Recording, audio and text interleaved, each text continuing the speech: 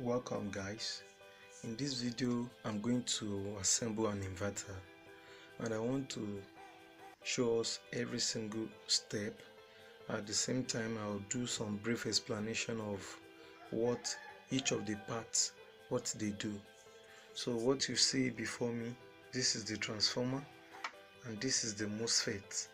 The combination of the two determines how powerful an inverter is going to be.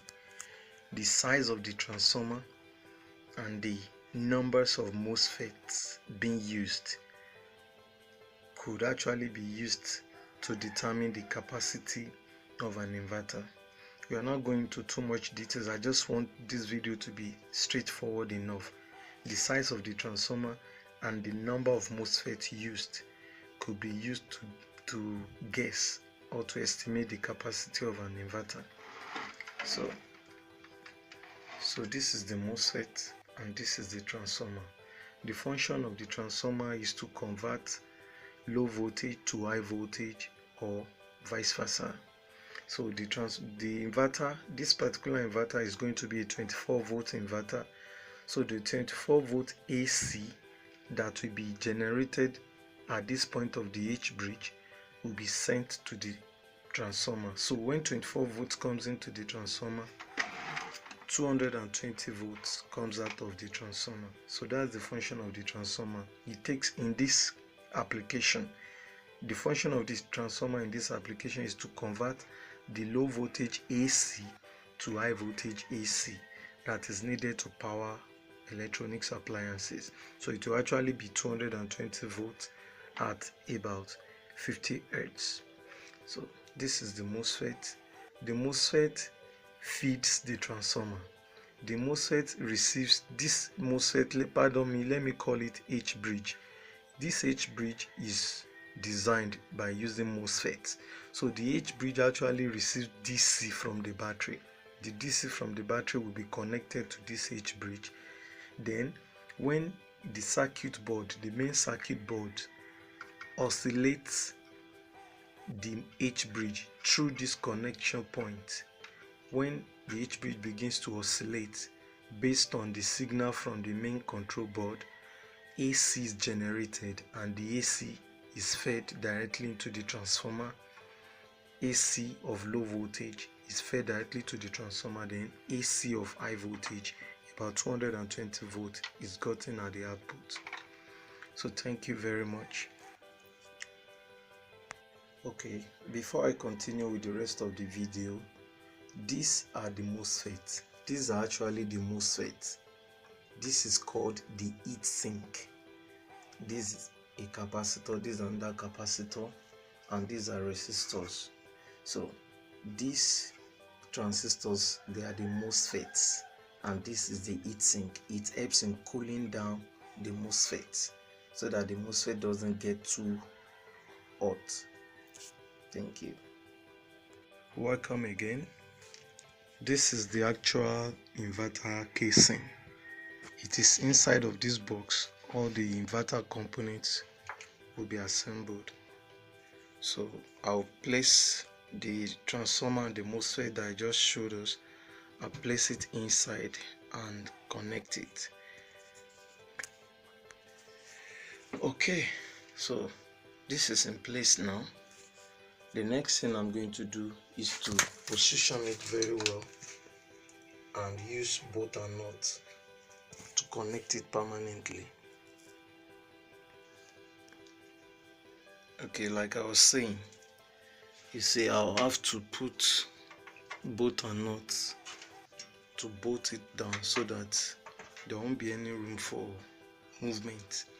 So I'm going to do it for the 4 points.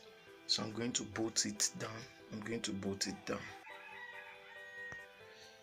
Okay, so the transformer is now firmly in place. So the next thing I'm going to do is to bring in the MOSFET driver board. Most inverter uses driver board. So this is the MOSFET driver board.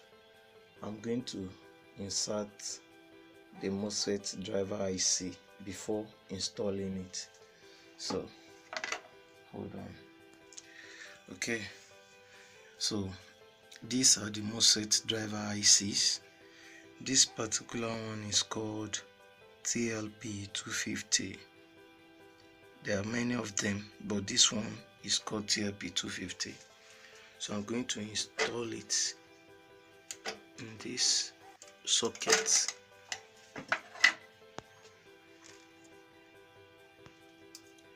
So I need to put the last one, the last MOSFET driver. So I just have to slot it into the socket and press it down gently. Okay, I think we are good to go. So the function of this MOSFET driver board is to serve as the link between the inverter circuit, main circuit board of the inverter, and the MOSFET. So signal that is required to oscillate the H bridge, which is the same thing as the MOSFET, has to come in to the MOSFET driver section before it goes to the MOSFET. The advantage of that is that the signals coming most of the times could be weak. It might not be strong enough to drive the MOSFET efficiently. So when the signal comes in through the MOSFET drivers, it is being amplified before it gets to the MOSFET, so that there is adequate driving of the H bridge. So the MOSFET driver board uses power. Like this is where power will come in to the MOSFET driver board. This is where signal comes in. So power comes into the driver board from here, then the signal comes in here. So with the availability of power, the signal is then amplified. So this is where the MOSFET of the H bridge will be connected. So we're going to make use of flex to make the connection. So I'm going to position this board here. I'm going to position it here. So these AC wires are going to the back. They will be connected to the back of the inverter because the AC output is here. This way we're going to get the AC output, so the AC wires should be facing back. So I'm going to install the driver board in this position and bolt it down as well. So thank you. Okay, with the MOSFET driver board in place, like I said, we're going to make use of flex to make the connections. So I'm going to position this flex over here, and it comes directly to this. It comes from here, then I'm going to connect it to this point. So that's the first. Then I still have another one, which is the second flex. They are the connection that takes signal to the MOSFET. So I'll connect the second one to this point. Okay. So I still have another slot here. So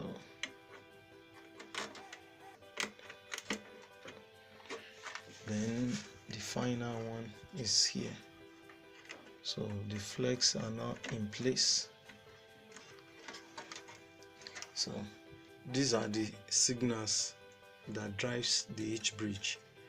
So signals from the MOSFET. So the signal from the MOSFET driver board drives the H bridge. So it is connected that way, and I've explained this is the signal coming from the main control board, and this is power that will also be supplied by the control board. So the next thing I'm going to bring in is the actual control board. So this is the actual control board of the inverter, and it shall be positioned right in front of the in front of the MOSFET driver board rather.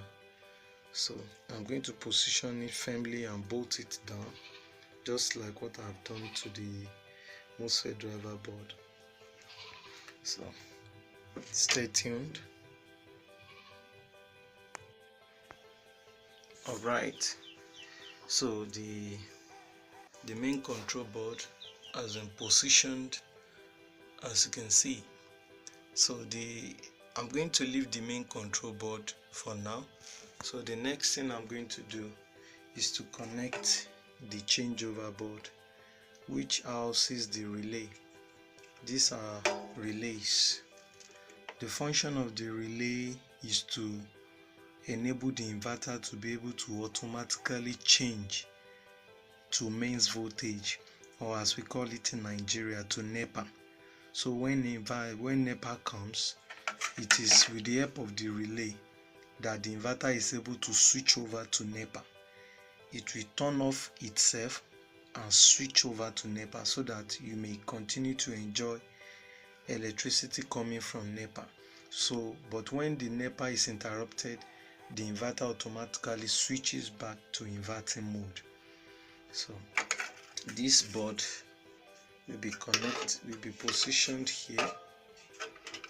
It will be positioned at the back here. So all the this AC wire connection would have been connected to the changeover board, and with the help of this connector we can access the input and output at the back of the inverter. So I will connect this connector here with the AC cables rather. Then all the cables will be connected to the changeover board, and that will enable the inverter to do automatic changing over, like I said. So I'm going to position the board and bolt it down as well. At the same time, I'll connect these two. So this point will serve as inverter input and output. So this is where NEPA comes into the inverter, and this is where the inverter loads. The loads that will be powered by the inverter, this is where we shall also connect them. So two of this for NEPA, then two for load. So thank you. Welcome back, guys. Like I was saying, this is the changeover board. It has the relays that enables the inverter to change over. So I have all the AC connection already there. A relay is like a selector. It's what electronics use in selecting voltage. So these are the control. For example, this is the signal that controls the relay. So when the main board wants to control the relay, it will send a signal to this cable. So the relay will do appropriately according to what the control board wants it to do. And this cable is actually the feedback cable. The feedback, I will explain in details what the feedback does. The feedback is just like a connection to the output of the inverter. Whatever voltage is going out of the inverter is also on this cable. So it is through this cable that the inverter can monitor what is going out. So this cable will be connected back to the inverter. But for now, I won't say too much about it. And this cable is the sensing cable. When NEPA comes in, NEPA comes here, then it is through this cable that the main board will sense NEPA, that okay, NEPA has come, so that it may commence the changing over process. So this is the changeover board. I'm going to position it here, like I said. I'm going to bolt it down, pass all the AC cable to the back of the inverter, and connect them to the AC connector. So this is the AC connector, so it will be at the back of the inverter. Thank you. Okay, just like I said, the changeover board has been positioned and the AC connector is outside already. So what I'm going to do is to use this bolt and nut to tighten the connector and fix it permanently. So the AC connector is there, and I think we're good to go to another part of the construction. Alright guys, after connecting the AC connector, which serves as the input and the output, the next thing I'm going to do is to work on the feedback. Like I said, I'm going to talk on the feedback. What the feedback does is to enable the control board, the main circuit board, to be able to regulate the output voltage. So the mechanism is that this cable carries the same voltage that is going out of the inverter. So I may directly say this cable is connected to the output of the inverter. So any voltage going out of the inverter is also available here. So I'm going to connect this point back to the control board using this transformer. The reason for using this transformer is actually a step down transformer. This transformer takes 220 volts in and sends out 12 volts. So when the inverter is in operation, 220 volts comes here. I'm going to connect it to this transformer. Then the output of this transformer will be connected to the main control board. So that's what I'm going to do. This is like a feedback transformer. 220 coming from the output cannot be directly connected to the control board. It's going to damage the board. So the way to do it is to step it down before it is connected to the main control board. So that is what I'm going to do next. Okay, like I was saying, this is the feedback. It comes in through the feedback transformer that steps it down to 12 volts. Then this is the 12 volt output that will be connected to the main board. So let me show us how I'm going to do that. So the slot is already there, so I'm going to just put it in. So you can see it's fixed in. Every connection to the main board has its own unique space. So this is where the feedback comes in to the main board. So I think we are through with the feedback. The next thing we're going to do is the filter capacitor. The function of the filter capacitor is to enable the output of the inverter to be a pure sine wave. Without the filter capacitor in place, the inverter will not be able to generate a pure sine wave. So I'm going to install the filter capacitor and connect it here. This also, like the output of the inverter, the filter capacitor is connected to the output of the inverter. So before the signal goes out, it passes through the filter capacitor so that it may be clean, so that it may produce a pure sine wave. So I'm bringing the filter capacitor. This one is actually 2.5 UF, 400 volts. It will be positioned here and connected using pin connectors. So I'll do that in a moment. Okay, here we go. The filter capacitor has been connected across the output of the inverter, and like I said, the function of the filter capacitor is to make sure that the output voltage and current that comes out of the inverter is pure sine wave.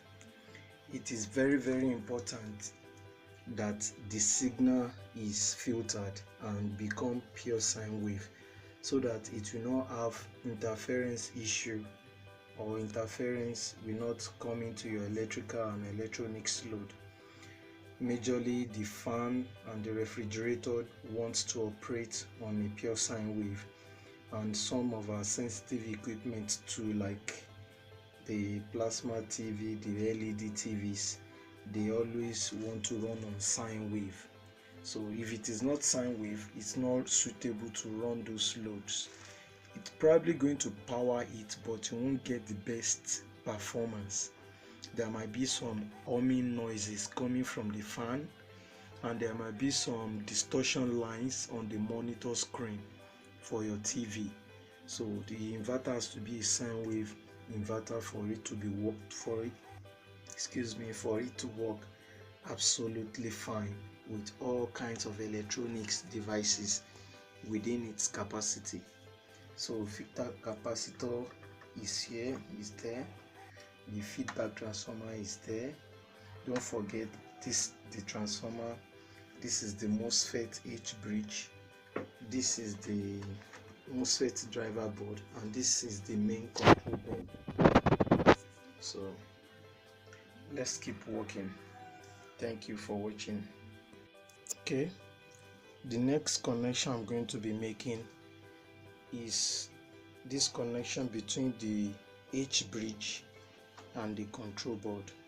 You see, the DC from the battery comes directly to the H bridge. We've not made that connection yet. Now the H bridge, that DC is also being sent to the control board, because the control board also needs voltage in order to work. So the same voltage that comes to the H bridge is the same voltage that is sent down to the control board. So 24 volts comes to the H bridge, the same 24 volts is sent to the control board. So this way I'm going to connect I'm going to use these cables to connect it. Okay, the connection has been made to the control board. So the control board also requires power to function, so that's where we supply power to the control board. So after this point now, I think I will make the DC connection. The DC connection from the battery to the bridge. The same DC connection is what is passing through this place, but this is where the DC knobs are going to be. DC knobs. Okay, like I was saying, these are the DC knobs. I'm going to connect them to the back of the inverter to this point. I'm going to connect positive here, then I will connect the negative. I'll connect it here. Don't forget, this is the AC part. You know, an inverter converts DC to AC. So when you connect battery to this point, 24 volt battery, you're going to get 220 volt AC here that the load can make use of. So that's basically what an inverter is. An inverter converts DC to AC. And like this unit, it's like an hybrid. It's both inverter and charger. So when there is NEPA, it takes in NEPA and charges the battery at the same time. It takes in NEPA, it changes over to NEPA, then it starts charging the battery. So these are the knobs. I'm going to connect them to this point. Thank you. Okay, the battery connectors, the battery knob has been installed. So I just connected them. This is the negative. So that is where the battery will be connected. For this inverter, it's going to be 24 volts. So now the DC comes in through here. I will connect it to the bridge. So the negative, I'll connect it to this this is the negative of the bridge. Positive, I'll connect it here. This is the positive of the bridge. So DC goes into the bridge through these 2 points. Then AC comes out of the bridge through these 2 points with the help of the oscillating signals from the MOSFET driver and the control board. Thank you. So what I'm going to do next is I'm going to make this connection. I'm going to use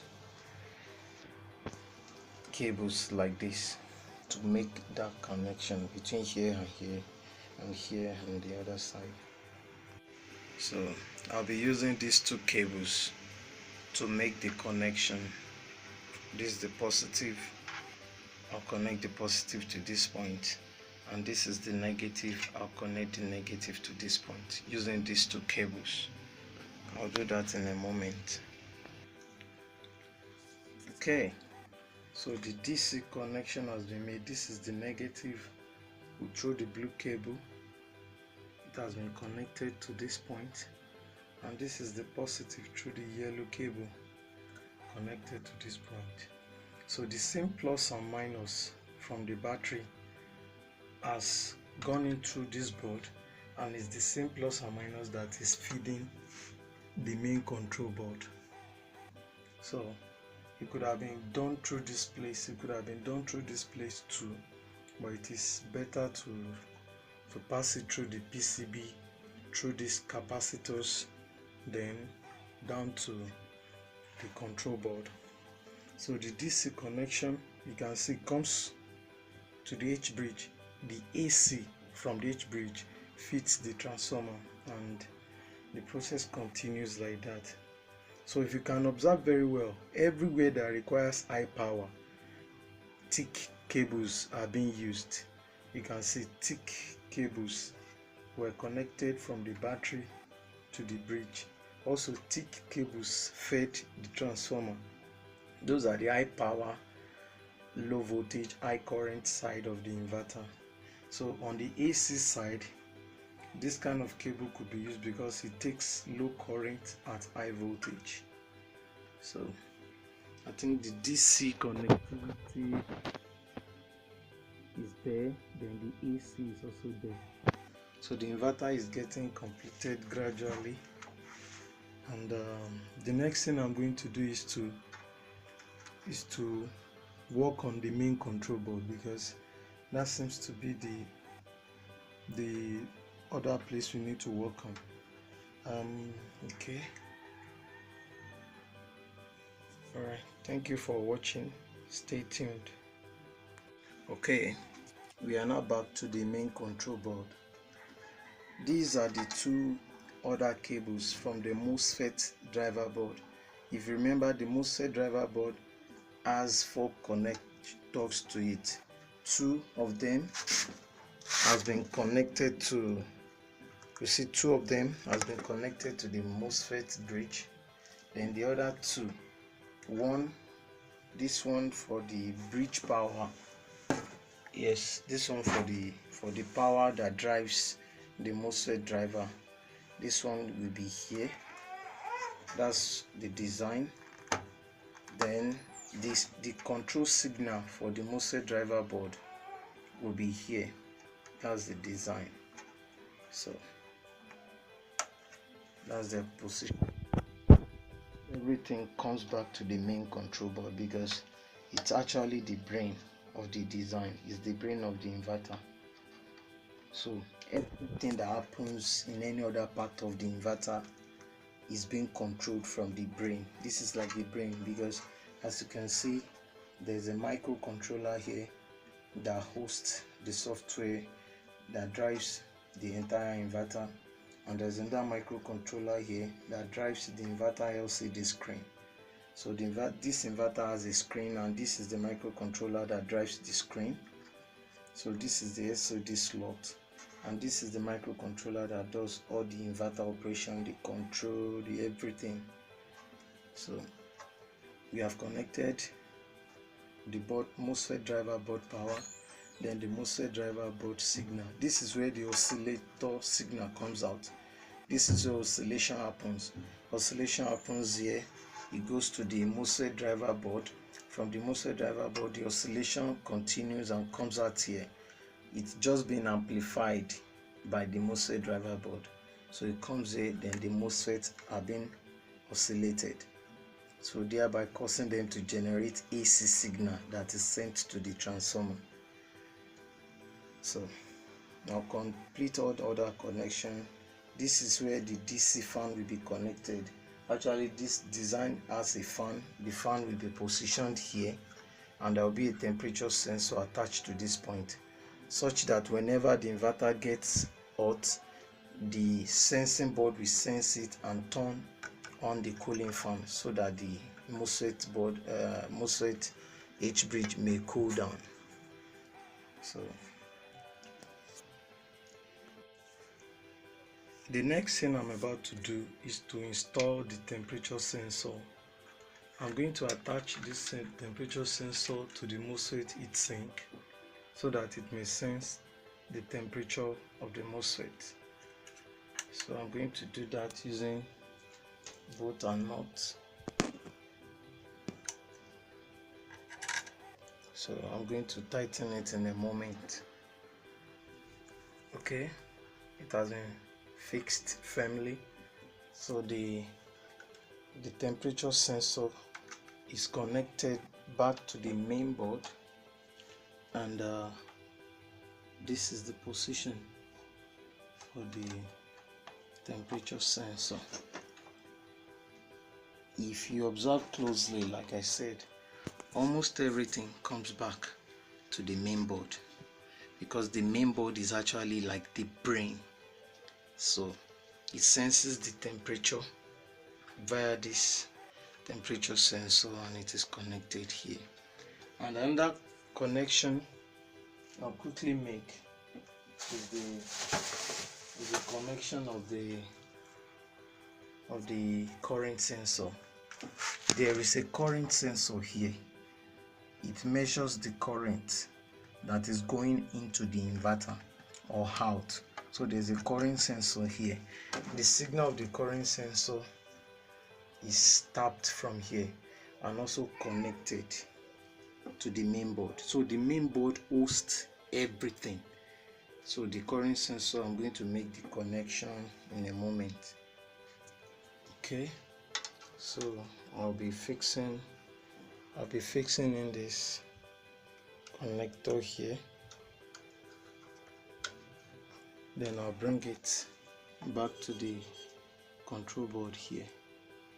So this enables the inverter to be able to measure current, its operating current.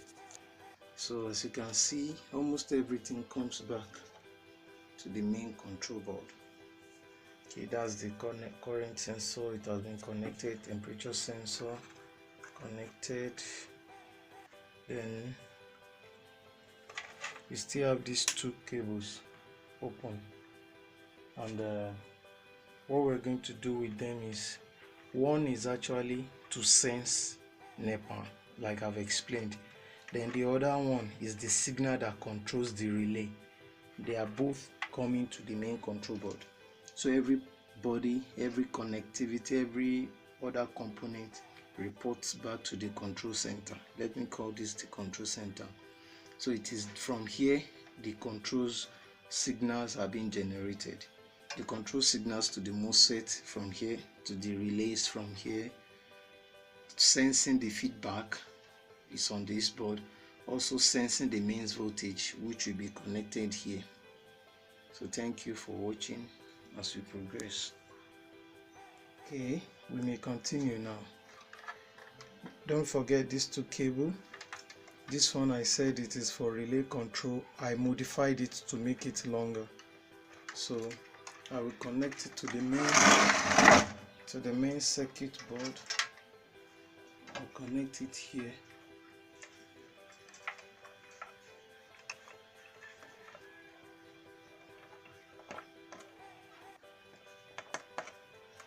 Okay, connected. That is the relay control. Then the other cable, which is for sensing NEPA, it's coming here. The same cable is coming, and it's going to be here. Everything comes back to the control board because it's actually the brain of the inverter. So the connections are almost completed. Okay, the next thing I think we need to connect is the DC fan that will be here. So I'll connect the fan, and this is the point where the fan gets powered.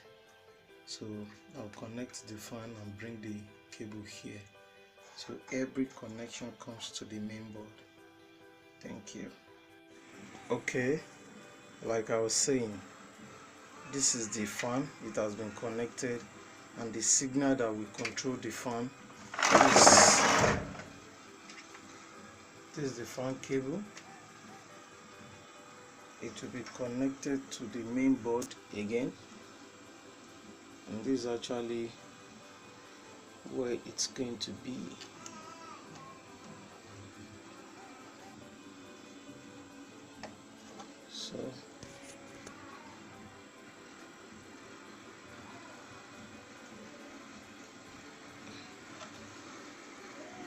So the fan has been positioned right here. I think the connection is now complete. Everything is complete. This is where the switch, the inverter switch, on and off switch, will be connected, and this is where the LCD will be connected. Let me see if I can do that really quick, because I'm actually losing daylight. I have to depend on my camera flashlight to do the recording now. So this is the DC fan, rightly positioned in front or behind the MOSFET, so that when it blows, it can actually cool the MOSFET down. So this is the position for LCD. Let me show us that one really quick. I've connected the LCD to a plastic front cover, so it will actually be at the front of the inverter, and that is the button. So that is the LCD cable, and that is the button that controls the inverter. The button will be connected to this point, and the LCD will be connected to the other point. I'll do that really quickly now. Thank you. Okay, that is the LCD screen. Like I told you, this white connector is for the LCD, and the other red and black is for the switch. So what I'm going to do is I'm going to lower it down into the inverter, and I will quickly connect the buttons. Okay, it has been completed. The LCD has been connected to the board. Also, the switch has been connected.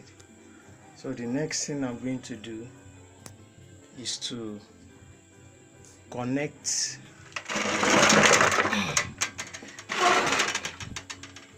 since everything is connected. I think you can see from here, this is the LCD connected to the main board, and this is the switch cable too that has been connected to the main board. So the next thing I'll do is to connect a 24 volts to this point to check if the inverter is actually alive. So when that has been done, the next thing will be to test it properly. But the test I'm going to do now is just a quick check to know maybe everything is in place. Thank you. Alright, like I was saying, the connections has been completed successfully. So what I'm about to do is to test the inverter briefly. Not a full test, but a test for maybe a kind of first running. So what I'm doing is to power the inverter with an adapter, a DC adapter that supplies 24 volts, because this is a 24 volt inverter. So it's a DC adapter that supplies, it's going to supply, you see the output there, 12 volts. That's the output on the blue label. So I'm using this to represent the battery. So just to test the inverter quickly, you should be able to give the inverter 24 volts DC instead of using the battery. When I'm ready to do loading test, I'm going to use the proper battery, because this cannot support beyond 60 watt load. So I'm just going to do a quick test now. As you can see, this way the battery is supposed to be connected, but I'm connecting the adapter here now. So let's, okay, that's a good sign. The beep from the board says all connections are okay and the board is good to go. You can see the LCD, it has some reading on the screen already. Actually, this is calibration mode, but the inverter can still work. So let's do a quick test. Let's turn on the inverter by pressing the red button. Let me press it. So as you can see, the inverter is already on and the fan is blowing as well. So what I'll do next is to use this 60-watt bulb as a load for now. So let's see the back of the inverter. Let's connect this load here. Okay, you can see the inverter is good to go, it's running already. Our inverter is alive and it's working. So you can see, ordinarily this adapter would not be able to power this bulb, but with the help of the inverter has converted the low voltage DC into a high voltage AC, and that's why it's capable of turning on the light bulb. So I'm connecting the load again. Okay, you see our inverter is up and running. So I think I can stop this video for now because everything has been done. We have assembled the inverter and we have been able to test it all the way. So thank you very much for watching this video. It's just a way to show you how to couple an inverter and to explain some of the functions of the components of the inverter. So the input is actually 24 volts and the output will be 220 volts. 220 volts AC. Thank you so much for watching my video, and I hope to see you next time. Thank you. So the inverter is up and running. Alright guys, if you can notice, there's a change of environment. The reason why there's a change of environment is that it is time for us to actually test this inverter. This inverter will be tested according to what is designed to do. So now the reason why I have to change the environment is to be able to have access to batteries. Okay, look at the battery bank right there. So this battery bank is what will supply power to the inverter. So this is where we're going to connect the battery. Like I've explained, the DC comes in 24 volts, then AC comes out 220 volts. So it is this point that we're going to connect the AC wire. So for this case, this is where power goes into the house, into the shop. There's a workshop around here. Let me show you around. It's a workshop. So it is from this socket that power comes into the workshop. So I'm going to use this cable to make AC connection here so that power can come in through this socket. So, and another thing I'll do quickly is I'll use this tape and marker to label the connection point so that there won't be any mistakes. So I'll have to label it like AC in, AC out, then DC 24 volts. That is what I'll do in a moment. Stay with me. Okay guys, I've made the labelings. So we have the AC in, AC out, and we have the DC plus or minus 24 volts. So this is where I'm going to make AC connection. This is the output where power will come to feed the workshop, and this is where power will come in when the inverter wants to charge. But for now, we only want to test the inverter. So I'll make the connections. Just hold on. Alright guys, the connections has been made. I've connected AC output and I've connected the DC input of 24 volts. So the DC is actually 24 volts coming from the battery. So the next thing is I'm going to turn the inverter so that we can see the front of the inverter and put it on. So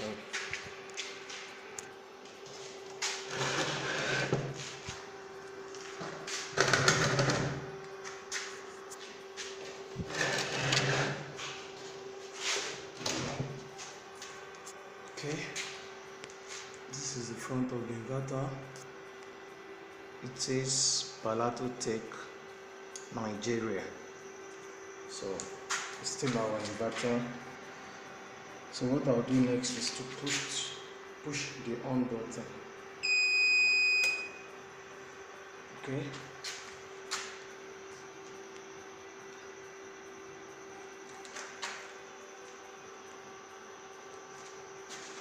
I'm trying to focus on the screen. Okay, I think I have gotten a good focus. That is what the inverter is doing now. Presently it's off load, so it's using about 16 watts to run itself. That's what the inverter is doing presently. You can see the temperature 29 degrees. The running load is fluctuating between 16 and 23, AC output 218, and the frequency is 50. So what I'll do now is to turn on this socket. At the moment it is off. Immediately I turn it on, the inverter will start to supply power to the workshop. So let's stay on the screen. I just turned it on. You can see a rise on the current there.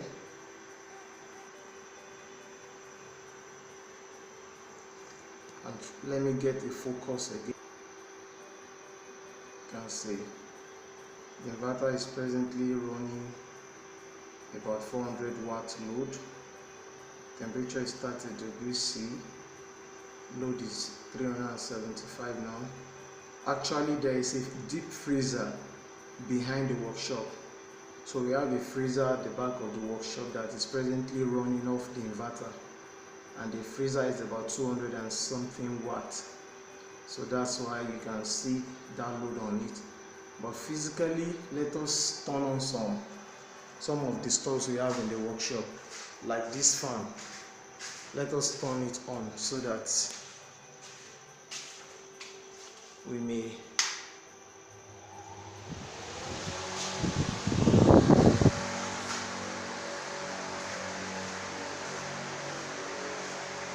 so let's check the wattage now. The wattage is now about 500 watts because we have included the fan. The current is about 20 amps now, 19. Temperature is 33. Load is 20%. Load is 500 watts. AC output is 221 volts, as you can see. So it's quite an interesting stuff happening now.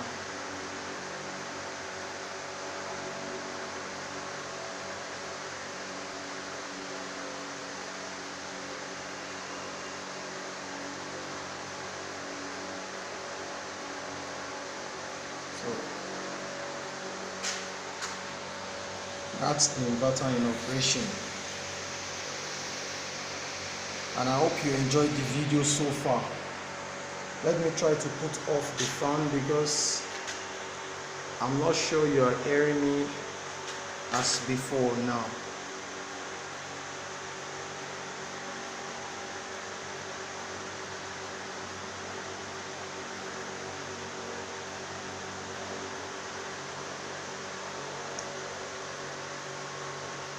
I think we are good to go.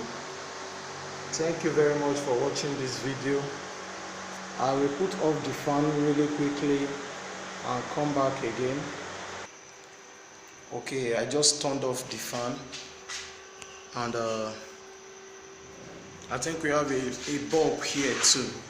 There's a bulb here that's being powered by the inverter too. So, and there is a solder iron plugged here. So this is also being powered by the inverter. So if I should put off this solder iron, we should see a corresponding drop in wattage. Let me check the wattage before putting it off.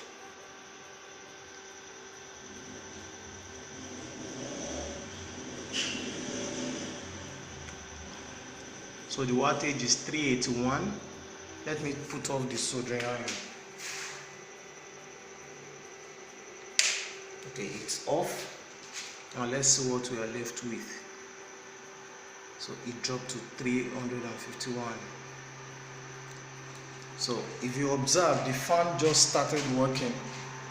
That is because the temperature has just risen to 40 degrees. Let's check the screen. Temperature must be about 40. That's why the fan came up. So when the fan came up, the temperature started to drop. So once the temperature drops to 35 degrees, back to 35 degrees, the fan will actually go back to off position. So I want to demonstrate that. Let us wait and see how the fan goes off. Automatically, it's temperature controlled. So the fan is going off gradually. Okay, the fan is back off. Let's check the temperature. The temperature must have gone down to 35 thereabout. That's why the fan stopped. You see, we have 36. So the fan will only work when the MOSFETs are getting hot. Like I told you, this is a temperature sensor. This is the temperature sensor. This is how the inverter is able to measure its temperature. I think we are good to go. Thank you for watching video again. You have witnessed the testing of this inverter. This is actually a 2.5 kVA pure sine wave inverter.